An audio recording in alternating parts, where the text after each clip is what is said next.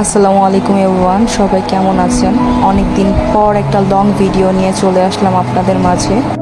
ভিডিওটা কি অবশ্যই থাম্বনেল দেখে সবাই এই জিনিসটা বুঝতে পেরেছেন। আর আমি অনেক এক্সাইটেড এই ভিডিওটা আপনাদের সাথে শেয়ার করার জন্য। আলহামদুলিল্লাহ প্রত্যেকবারের মতো এইবারও আল্লাহ আমাদেরকে কোরবানি করার মতো তৌফিক দান করেছে। আল্লাহর কাছে লাখো কোটি শুকরিয়া। আল্লাহ যেন সবার কোরবানি কবুল করেন, আমিন। বিগত 2-3 বছর ধরেই আমাদের কোরবানির জন্য গরু কমলাপুর হাট থেকে না হলে শাহজাহানপুর থেকেই আনে, যেহেতু আমাদের বাসা থেকে এটা কাছে। আমাদের কোরবানির গরু আনতে বাবা আর ওরা 4 ভাই সাথে আমার চাস্তো দেবররাও যায় প্রত্যেক বছরই। আর বাবা সারাদিন অক্লান্ত পরিশ্রম করে হাটে দৌড়াদৌড়ি করে অনেক ক্লান্ত ছিল, এর জন্য রিকশায় করে চলে আসে। আগে এসে আমাদের ডাকতেছিল যে চলো নিচে আসো, গরু চলে আসবে, দেখবে গরু কেমন হয়েছে।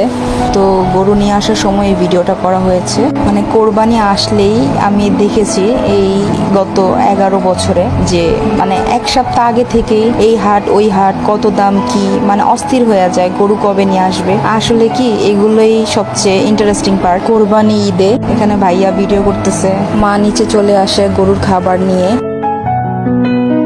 আর মা গরুর খাবার দিবে, এর জন্য এগুলা কাটবে, নিচে নিয়ে আসছে। আর আমরা অনেক আনারি, এগুলা কিছুই বুঝি না। মার কাছ থেকে দেখে দেখে অনেক কিছু শেখার আছে। আর আমরা বসে বসে গল্প করতেছিলাম, সাথে বাচ্চারাও অনেক এনজয় করতেছে। তো গরুর খড়গুলো কাটা শেষ, এরপরে বাবা আবার ভুসির সাথে এগুলো মিক্স করে দিচ্ছে, না হলে মানে গরু এইভাবে খেতে পারে না। আসলে গরু দেখে ও মা এইটা ওইটা এগুলো বলার মতো আমার কাছে মানে কিছুই নাই, বিকজ আমি সবসময় গ্রামে থেকে বড় হয়েছি। আর গরু সবসময় আমি দেখছি, গরু ছাগল এগুলো আমার কাছে ম্যাটার করে না। কিন্তু আমি অনেক ভয় পাই, একটা কথা না বললেই না। বাবা কিন্তু অনেক কেয়ারিং, মাকে অনেক কেয়ার করে, এই যে কাজে হেল্প করতেছে। আর আমি মজা করে এখানে গরুর জন্য বার্গার তৈরি করতেছি। ব্যাপারটা অনেক ফানি, তাই না? এরপরে শুরু হয় আমার নাটক। আসলে এগুলো সব ফান করেই করা, বাসায় ছিল তো দুষ্টামি করতেছিলাম, আর কিছুই না। 2টা গরুই মোটামুটি অনেক পাগলা ছিল, আর আমি অনেক ভয় পাই, তারপরে একটু সাহস দেখাচ্ছিলাম, আর কিছুই না। এরপরে আমার মিশন ফেল। আমার নিজের ভিডিও দেখে নিজেরই হাসি আসতেছে। যাই হোক, মানুষ সারা জীবন থাকবে না, বাট এই স্মৃতিগুলো সবসময় রয়ে যাবে। এর জন্যই মেইনলি ভিডিওগুলো করা। আমি গরুকে আমের ছিলকা খাওয়াইতেছিলাম, দেন খাওয়াইতেও পারছি, অনেক খুশি। এখন আমি বার্গার খাওয়ালাম, আর আমি অনেক হ্যাপি, ভয়ও পাচ্ছিলাম।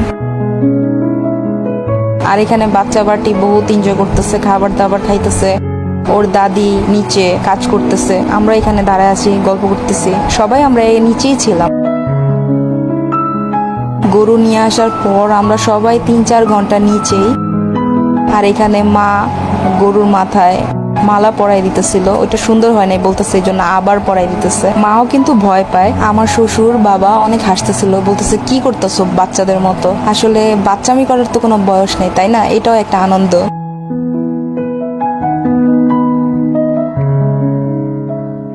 এই যে এখানে হাসতেছে, আমি ভিডিও করতেছি তাই। এটা হচ্ছে তার কয়েক ঘন্টা পরের ভিডিও। কয়েকদিন আগেই কিন্তু ফ্রিজ পরিষ্কার করা হয়েছে, বাট কিভাবে জানি আবার অনেক বরফ জমে গেছে ফ্রিজে। তো আমি হালকা পাতলা করে আবার ওগুলো ক্লিন করতেছিলাম। তো আমার যা কখন যে এই ভিডিও ক্লিপটা নিয়েছে আমি দেখিই নাই। আপনারা অনেকেই কমেন্টে আমাকে বলেন আমি অনেক রং ঢং করি, হ্যান করি, ত্যান করি। ভাই, 2-4-5 মিনিটের ভিডিও দেখা মানুষকে জাজ করেন না, ঠিক আছে? একটা বিবাহিত মেয়ে লাইফে অনেক কিছুই করে যেটা অফ ক্যামেরা থাকে। অন ক্যামেরা তো শুধু হ্যাপি ফেসটাই দেখাই, আর এন্টারটেনমেন্ট করার জন্য সবসময় মানে ভালো ভিডিও দেওয়ার চেষ্টা করি। তারপর আমার যাকে বলতেছিলাম আজকে অনেক কাজ করছি, তো অনেক হাসতেছিল যে হ্যাঁ ভাবি আপনি আসলে অনেক কাজ করছেন। এখানে কারেন্ট ঠিক করতেছিল, কারণ আমার চাচা শ্বশুরদের গরু এখানে এনে রাখবে। আমাদের প্রেস আবার খালি ছিল, প্রেসেই রাখা হয়েছে। তো মা আবার সকালের জন্য এখানে খড় কেটে রাখতেছিল। তো এই যে ওরা অনেক স্ট্রাগল করতেছিল, ওরাও বাচ্চা, আর বাচ্চা গরুর সাথে ওরাও পারতেছে না। দেন ফাইনালি সাকসেস তারা তাদের মিশনে। মাশাআল্লাহ, আমি বিয়ের পর ওদেরকে এসে বাচ্চা পাইছি, আর এখন ওরা আমার থেকেও লম্বা, অনেক বড়, অনেক কেয়ারিং, অনেক দায়িত্ব নিতে শিখে গেছে। ওদেরকে নতুন নতুন এক্সপেরিমেন্ট করতে দেখে ভালোই লাগে। তো আজকের ভিডিওটা এই পর্যন্তই। আল্লাহ হাফেজ, সবাই ভালো থাকবেন। আমার যদি কোনো ভুল হয়, আমি ক্ষুদ্র মানুষ, ভুল হতেই পারে, সবাই ক্ষমা দৃষ্টিতে দেখবেন।